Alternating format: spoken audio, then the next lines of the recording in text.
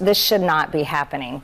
And I don't think, look, as a member of Congress, we already have a low enough job approval rating. This shutdown is just going to drive everybody's approval rating that much lower. Yes. But so you're putting the blame on the leadership of your party? Absolutely. We control the House. We control the Senate. We have the White House. I've been vocal saying, you can use the nuclear option in the Senate. This doesn't have to be a shutdown. But what we have to do is we have to work for the American people. So that is Marjorie Taylor Greene saying on air that the fault of the shutdown belongs to the Republican Party because they control the House, the Senate, and the White House. She is, in effect, whether she wants to admit it or not, blaming Donald Trump. And in response to this, Donald Trump is furious with Marjorie Taylor Greene, reportedly perplexed by her recent rebuffs. Quote, what's going on with her? And we have to talk about this because Marjorie Taylor Greene is one of Donald Trump's highest profile, most controversial, and most cultish allies. So what the hell does this mean? But before we unpack all that, if you end up liking this video and you want to support the channel, please be sure to hit the like, subscribe, and alert bells before you go. All right, friends, let's take a look at this. Trump reportedly perplexed by Marjorie Taylor Greene's recent rebuffs. What's going on with her? Donald Trump is reportedly perplexed by MAGA loyalist Marjorie Taylor Greene for breaking ranks with both party and the president on several major issues, including Gaza and the government shutdown. Trump is said to be perplexed by her shift, according to two sources who told NBC News that in recent months, Trump has called some senior Republicans to ask, quote, what's going on with Marjorie? Okay, so let's take a look at that report itself, okay? It's NBC News. Once a loyal foot soldier for Trump, Marjorie Taylor Greene is increasingly bucking her party. From the Gaza war to the Epstein files to the government shutdown, the MAGA-aligned congresswoman has grown critical of her fellow Republicans. When the White House discouraged Marjorie Taylor Greene from launching a Senate bid in Georgia this spring, Greene, a longtime loyal ally of Donald Trump, agreed to back off her statewide ambitions. But that didn't mean the firebrand Republican was going to back down from other fights she felt were worth waging, including, or perhaps especially, with her own party. Over the past 6 months, Greene has made waves in Washington for publicly breaking with Trump and the GOP on a number of high-profile issues and lobbing some pointed attacks at her fellow Republicans in the process. She was critical of the Trump administration's strikes on Iran, referred to the situation in Gaza as a genocide, signed her name to an effort to force a House vote to require the Justice Department to release the Epstein files related to the Jeffrey Epstein case, and most recently sided with Democrats in calling for an extension of the Affordable Care Act subsidies amid the government shutdown fight. Quote, I'm not some sort of blind slave to the president, and I don't think anybody should be, Greene said in an interview. Quote, I serve in Congress. We're a separate branch of government, and I'm not elected by the president. I'm not elected by anyone that works in the White House. I'm elected by my district. That's who I work for. And I got elected without the president's endorsement. And, I think that served me pretty well, end quote. Let's just stop right there. Holy shit. Now, listen, Marjorie Taylor Greene is a far-right conspiracy theorist. She has said and done some truly unhinged anti-Semitic shit in the past.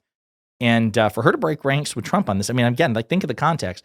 Laura Loomer, as we discussed in a previous video, is doing this. And now Marjorie Taylor Greene and Loomer and Greene hate each other. But they both have one thing in common, which is that they're publicly breaking with Trump. This is a shocking statement from someone as cultish, as infamously cultish as Marjorie Taylor Greene. Greene won her first House primary in Georgia in 2020 without Trump's endorsement before she received his support in the general election in her deep red district. Quote, so I get to be independent as a Republican, she added. Quote, and I think what helps Trump the most is when he has people who are willing to be honest with him and not just tell him what they think they want. What they think he wants to hear. Interesting. Greene denies that her statewide ambitions being dashed has anything to do with her recent independent streak, saying that's always been her brand. She also slammed the Republican-led Senate, insisting she was never all that interested in serving there anyway, even though she had publicly talked about her desire to run. Quote, I don't want to serve in that institution. Look at them. They're literally the reason why the government is shut down right now. I think that all good things go to die in the Senate, and I certainly don't want to go there. But I also think these are just attacks to try to marginalize me or sweep me off, so to speak. And I really don't care. While Greene has been a solo operator in the past, her recent behavior has surprised even some people who are close to her. She tried on the role of team player for a while, especially when former Speaker Kevin McCarthy was in charge. But she's grown increasingly disillusioned with politics and her own party, and she felt especially burned after the White House talked her out of running for the Senate, according to 4 Republican sources familiar with the matter. One of those sources, who's close to Greene, who openly expressed interest in becoming Homeland Security Secretary, said she was also disappointed she didn't get a job in the Trump administration. Another one of the sources, who is also close to Greene and spoke to her recently, added that she felt, quote, ignored by GOP leadership and the White House. If Greene's intentions were to get Trump's attention, it appears to have worked. In recent months, he called at least 2 senior Republicans to ask, quote, what's going on with Marjorie, according to 2 GOP sources with direct knowledge of the conversations. Greene, who's arguably more in tune with the MAGA base than any other member of Congress, says she still supports Trump and maintains close ties with him, but her relationship with his staff is a different story. The White House has unsuccessfully tried to pressure Greene to remove her name from the Epstein discharge petition. Greene was particularly incensed when she read an anonymous White House official told reporters that supporting the petition would be seen as a, quote, hostile act. She then went on to Real America's Voice and called that official a coward. In what some Republicans viewed as another sign of Greene's shifting attitude toward the political scene, she was invited last month to attend the opening of Trump's Rose Garden Club at the White House, but she turned it down, according to a source familiar with the matter. It was the type of exclusive Trump event that Greene would normally have cleared her schedule to attend. Her office said she was under the weather. Greene also has a strained relationship with House Speaker Mike Johnson, whom she feels zero loyalty to, and unsuccessfully tried to remove from his post last year over Ukraine aid. And it goes on like this. Damn. That's pretty freaking brutal. No wonder.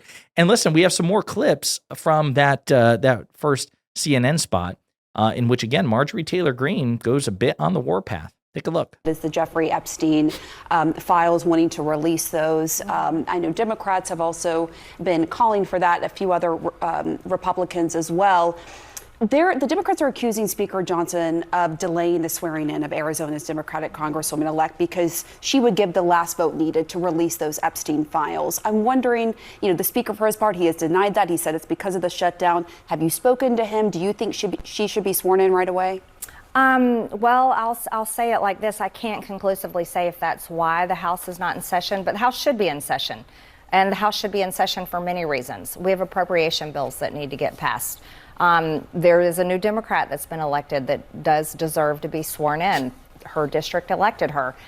We have other bills that we need to be passing. And if it's to avoid the discharge petition, why drag this out? That is going to have 218 signatures. And so I say go ahead and do it and get it over with. I just, damn, again, Donald Trump is freaking out about that, freaking out. He does not want that discharge petition, which will bypass Mike Johnson and force a potential showdown between the House of Representatives and the Justice Department. Here's another clip.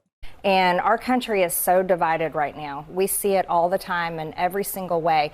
It's divided in what I would say very dangerous ways.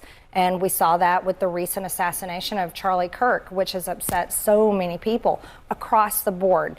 And look, when it comes to hearing from senior citizens or my own friends and neighbors and my own family members and people that voted for me, and they're just saying, Marjorie, we just really want somebody to do something about health insurance premiums.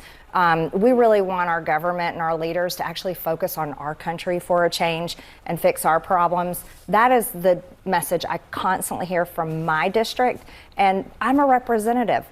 I don't have to be a cheerleader for my party. I have to represent my district because those are the people that hired me and sent me here. And I myself, I agree with them, and I'm pretty much over it's just drama constantly on TV. No. Wow. So again, Marjorie Taylor Greene just totally ducking Republican Party partisan politics. She says that. Stunning stuff. I mean, look, I think any dissent, any chaos within the MAGA movement is objectively good because it undermines the efficacy and efficiency of MAGA, and a weak MAGA is better than a strong MAGA. And in terms of what she's saying in this context, a lot of that makes a lot of sense. I mean, her position on releasing the Epstein files is objectively good. Now, I obviously don't want Republicans to break the filibuster, but they have every right to. And I think Democrats should absolutely break the filibuster when they're back in power. I don't believe the Republicans can't break it. I hope they don't for political advantage, but they absolutely can. And if the shoe was on the other foot, I probably would want them to do that as well. So again, it's fascinating to me that she is starting to deviate so much that Trump has taken notice, that she's refusing invitations from Trump. And she's publicly saying, yeah, he didn't elect me. I'm a co-equal. I serve in a co-equal branch. I don't report to him. I'm not his servant. Trump is not going to like that. And so no wonder he's pissed and perplexed. But this is really good, and I hope it continues. In the meantime, let me know what you think in the comments.